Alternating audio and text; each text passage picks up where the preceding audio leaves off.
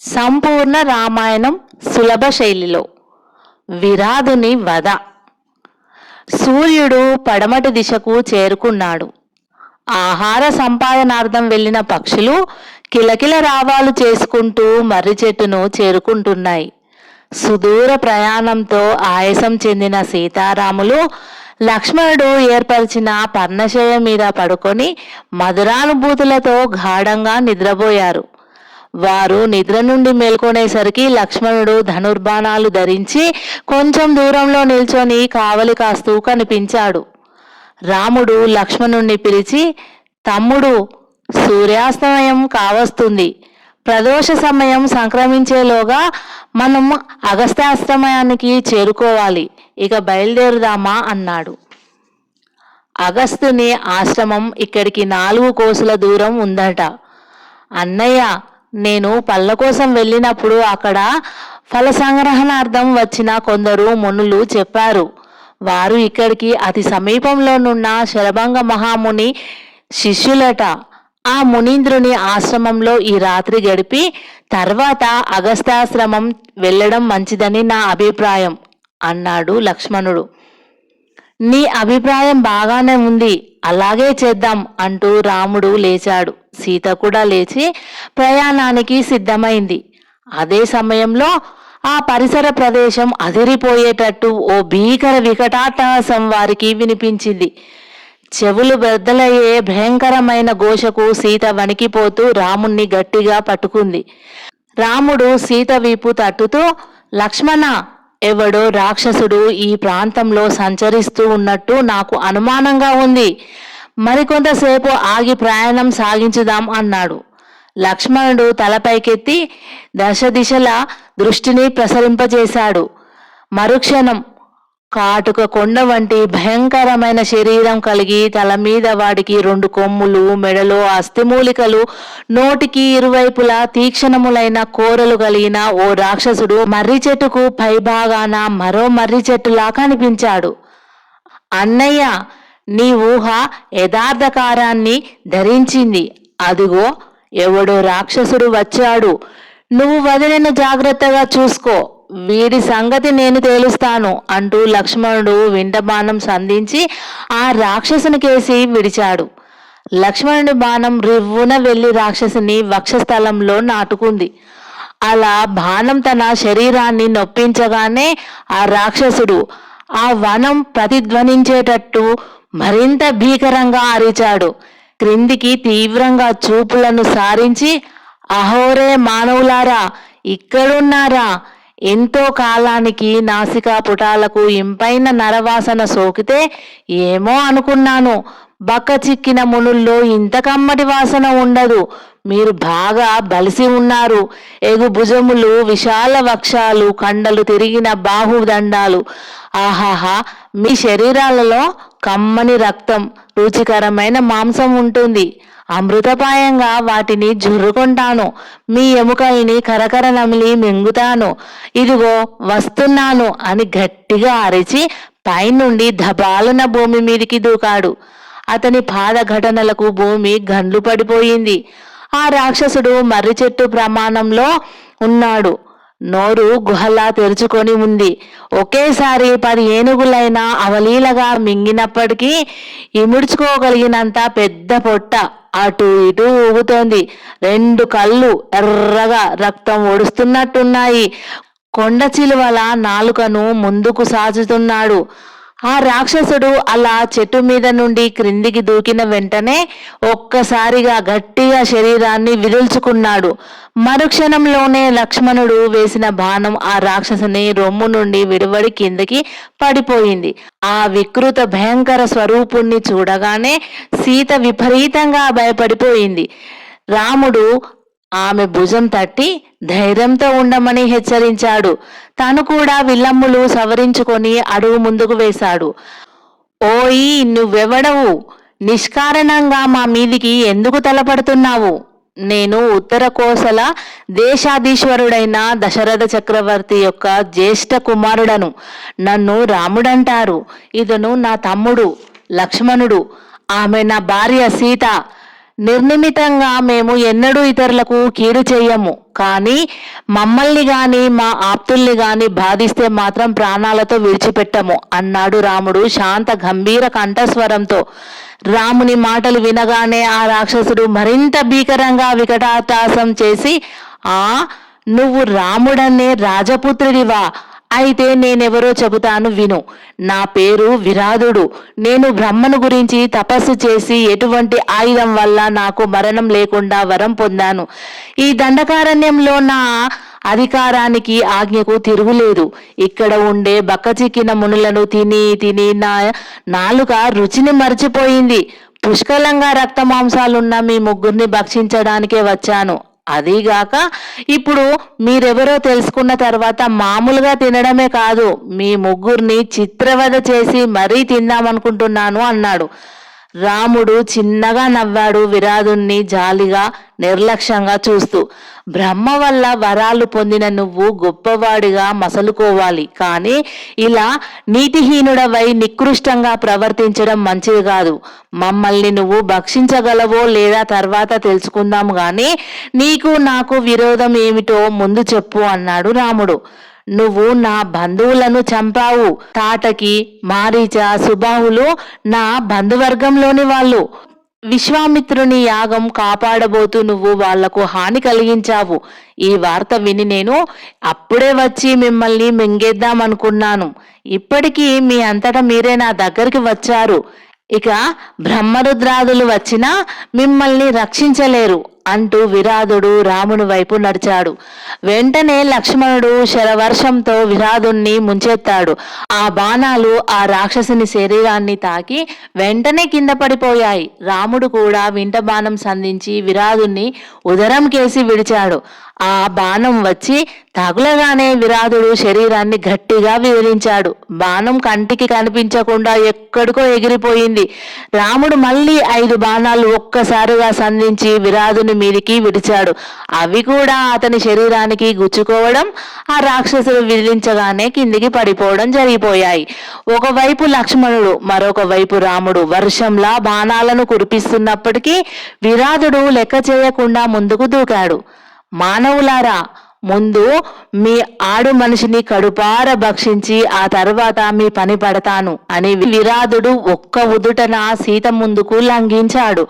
భయభ్రాంతురాలై మర్రి చెట్టు చాటుకు ఒదిగి ఒదిగిపోతున్న ఆ పుణ్యశీలను తన చేతులతో పట్టుకుని భుజం మీద కూర్చోబెట్టుకున్నాడు విరాధుడు.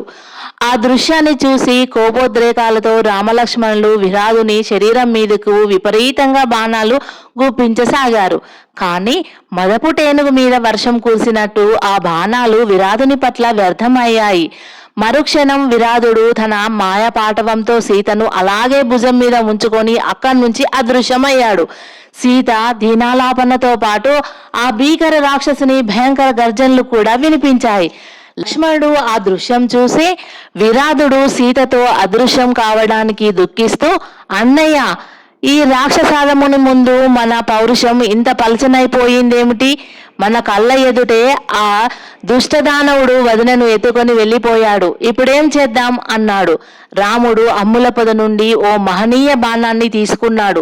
విశ్వామిత్ర మహర్షి తనకు ఉపదేశించి బల అతిబల అనే యోగ శక్తులను ఆ బాణానికి ఆమంత్రణం చేసి విరాధుడు మాయమైపోయిన దిశగా విడిచాడు. వెంటనే ఆ దివ్యాస్త్రం తేజపుంజలాలతో దిక్కులు వెలిగిస్తూ ముందుకు సాగిపోయింది. లక్ష్మణ, ఆ రాక్షసుడు మీ వదినకు ఏ హాని చేయడు. నా దివ్య బాణం అతడిని ఇక్కడికే లాక్కొని వస్తుంది చూడు అన్నాడు రాముడు. మరికొన్ని క్షణాలకే రాముని దివ్య బాణం తన దివ్య కిరణ శక్తులతో విరాధుని బంధించి తీసుకువచ్చింది. అలా వచ్చిన ఆ రాక్షసుని భుజం మీదికి లంఘించి రాముడు సీతతో సహా క్రిందికి దూకాడు. ఆ దివ్యబాణం తన తేజపుంజలాలను ఉపసంహరించుకొని రాముని అమ్ముల పొదిలో చేరిపోయింది. విరాధుడు పెడబొబ్బలు పెట్టుకుంటూ చటుక్కున చేతులు సాచి రామలక్ష్మణులను పట్టుకొని ఇద్దరిని భుజాల మీద వేసుకొని అక్కడి నుంచి పరిగెత్తడం ప్రారంభించాడు. సీత దుఃఖిస్తూ ఆ రాక్షసుని వెంట పరిగెత్తసాగింది. అప్పటికి సూర్యుడు అస్తమించాడు. సంధ్యారుణ వర్ణం ఆ అరణ్యమంతా అలుముకొని ఉంది. కారు చీకట్లు లోకాలను కబలించడానికి దిశాంతరాలలో పొంచి ఉండి తొంగి చూస్తున్నాయి. లక్ష్మణ, ఈ రాక్షసుడు వరప్రసాదితుడు. ఇతనిని సంహరించడం అంత తేలిక కాదు. ముందు వీని గమన శక్తిని అరికడుదాం. నువ్వు ఖడ్గంతో ఎడమ భుజాన్ని ఖండించు అంటూనే రాముడు ఓర నుండి కత్తి దూసి విరాధుని కుడి భుజాన్ని ఖండించి వేశాడు. వెంటనే లక్ష్మణుడు కూడా ఎడమ భుజాన్ని ఖండించి వేశాడు. భుజాలు తెగిపోగానే విరాధుడు ఆ వనం ప్రతిధ్వనించేటట్టు ఆర్తనాదం చేస్తూ ముందుకు వెళ్లకుండా నిలిచాడు. రామలక్ష్మణుడు కిందికి దూకి క్షణకాలం కూడా ఆలస్యం చేయకుండా విరాధుని 2 కాళ్లను ఖండించి వేశారు. ఆ రాక్షసుడు పర్వతంలా కింద పడ్డాడు. అలా చేతులు కాళ్ళు ఖండించినప్పటికీ మరణించలేదు. రామలక్ష్మణులు ఆ పక్కనే ఉన్న పెద్ద గోతిలోకి విరాధుని శరీరాన్ని దొర్లించి ఆ గోతిని రాళ్లతోనూ చెట్ల కొమ్మలతోనూ పూడ్చివేశారు. అప్పటికే కనుచూపు అయ్యే మునిమాపు సంధ్య ప్రవేశించింది. అబ్బా, ఎలాగో ఇతడి బాధ వదిలిపోయింది. చీకటి పడితే ఇతడిని చంపడం మనకు సాధ్యం అయి ఉండేది కాదు. తెల్లవారే వరకు ఈ అడవిలో చిక్కుపడి ఉండేవాళ్ళం అన్నాడు లక్ష్మణుడు. అవును, రాత్రి పడే కొద్దీ నిశాచరులైన రాక్షసులకు బలం పెరుగుతుంది అన్నాడు రాముడు. సీత చిన్నగా నడుస్తూ అప్పటికే వాళ్ళ వద్దకు వచ్చి చేరుకుంది. అమ్మయ్య, ఈ దుర్మార్గుడు మీకు లక్ష్మణునికి ఏ అపకారం చేస్తాడోనని భయపడిపోయాను ప్రభు అంది సీత రామునితో. దేవి, మనకు ఇంతకంటే బలవంతులు, క్రూరులు, హింసా ప్రవృత్తి గల రాక్షసులు ఎదుటిపడి ఎన్నెన్నో దుర్మార్గాలు చేయడానికి ప్రయత్నించవచ్చు. కానీ నువ్వు ధైర్యంగా నిశ్చలంగా ఉండాలి అన్నాడు రాముడు. సీత వినయంగా తల వంచింది. అన్నయ్య, మనం కాలయాపన చేయడం ఉచితం కాదు. అదిగో దూరంగా కుటీరాలలో దీపాలు వెలుగుతున్నాయి. మునిపత్నులు అప్పుడే దీపారాధన చేస్తున్నారు. మనం శరభంగాశ్రమానికి వెళ్దాం పదండి అన్నాడు లక్ష్మణుడు. ఆర్యపుత్ర, విరాధుని స్పర్శతో నా శరీరం మైలపడింది. నేను జలమాత ఒడిలో స్నానం చేయాలి. ఈ సమీపంలో ఏదైనా సరస్సు ఉందేమో చూడండి అంది సీత. దేవి, ఆశ్రమానికి వెళ్ళిన తర్వాత ఆ ఏర్పాట్లు చూసుకుందాము. విరాధుడు బ్రహ్మరాక్షసుడు. అదిగాక ఆహార దృష్టితో ఆ రాక్షసుడు నిన్ను ముట్టుకున్నాడే గాని మరో దృష్టితో కాదు. అలా అయితే అనసూయాదేవి సౌభాగ్య శక్తులు అప్పుడే ఆ రాక్షసుని దహించి వేసేవి కదా. లక్ష్మణుడు చెప్పినట్టు ఇక్కడ మనం ఆలస్యం చేయడం మంచిది కాదు. ఈ విరాధునికి సంబంధించిన రాక్షసులు ఈ దండకారణ్యం అంతటా వ్యాపించి ఉండవచ్చు. ఈ చీకట్లో ఆ రాక్షసులు ఇక్కడికి వస్తే వృధా ప్రమాదాలు కొని తెచ్చుకోవడమే అవుతుంది. కనుక వెంటనే మనము శరభంగ మహాముని ఆశ్రమానికి వెళదాం పద అన్నాడు రాముడు. వాళ్ళు అలా మాట్లాడుకుంటూ ఉండగానే శరభంగ ఆశ్రమం ఆరు బయట ఓ పెద్ద అగ్నిగుండం, ఆ అగ్నిగుండం నుండి నాల్కలు సాచి ఆకాశమంతా ఎత్తు జ్వలిస్తున్న జ్వాలలు కనిపించాయి. ఆ వెలుతురుతో ఆ ప్రాంతమంతా పట్టపగల్లా అయ్యింది. అన్నయ్య, ఆశ్చర్యంగా ఉందే, ఉన్నట్టుండి శరభంగ మహాముని ఆశ్రమం ముందు అగ్నిగుండం వెలయడం ఏమిటి అన్నాడు లక్ష్మణుడు. సీత కూడా అయోమయంగా అటువైపు చూడసాగింది. మనం అక్కడికే వెళ్ళబోతున్నాం కదా, ఆ విశేషం ఏమిటో తెలుసుకుందాం పదండి అన్నాడు రాముడు. అనంతరం లక్ష్మణుడు ముందుకు నడుస్తుండగా సీతారాములు వెనకగా బయలుదేరారు. శరభంగ మహాముని ఆశ్రమంలోని మునులందరూ అగ్నిగుండం చుట్టూ నిల్చొని ఉన్నారు. మునిపత్నులు తమ తమ భర్తల పక్కనే నిలబడి ఉన్నారు. రాముడు సీతా లక్ష్మణులతో అక్కడికి చేరుకునేసరికి శరభంగ మహాముని కూడా తన ఆశ్రమం నుండి అగ్నిగుండం దగ్గరికి వచ్చి చేరుకున్నాడు. సీతా లక్ష్మణులతో రాముడు ఆ మునీంద్రుణ్ణి సమీపించి నమస్కరించాడు. రామచంద్ర, అనుగు తమ్మునితో అనుపమ సతీ తిలకమైన ఇల్లాలతో నువ్వు ఇక్కడికి రాబోతున్నావని నేను ముందే తెలుసుకున్నాను. నీ రాక కోసమే నేను కాచుకొని ఉన్నాను. నేను తపస్సు పూర్తి చేసి మోక్ష సామ్రాజ్యాన్ని చేరుకోబోతున్నాను. ఇంద్రుడు నన్ను దివ్యలోకానికి ఆహ్వానించాడు. అతని కోరిక ప్రకారం నా తపశక్తిని నీకు ధారపోయాలనుకుంటున్నాను అన్నాడు శరభంగ మహాముని. రాముడు వినయంతో చేతులు జోడించి, మహర్షి, వానలలో, ఎండలలో, చలిగాలులలో సృక్కి మీరు ఏకాగ్రత మనస్కులై సాధించిన అనంతమైన తపశక్తిని నాకు దారపోయడం సమంజసం కాదు. హృదయ విశాలతతో మీరు నాకు ఇలా ఉపకృతి చేయడానికి పూనుకున్న నా అభిజ్ఞాతానికి తగినట్లుగా నేను సవినయంతో ఈ ఉపకార్యాన్ని తిరస్కరిస్తున్నందుకు అన్యథగా భావించవద్దు అన్నాడు.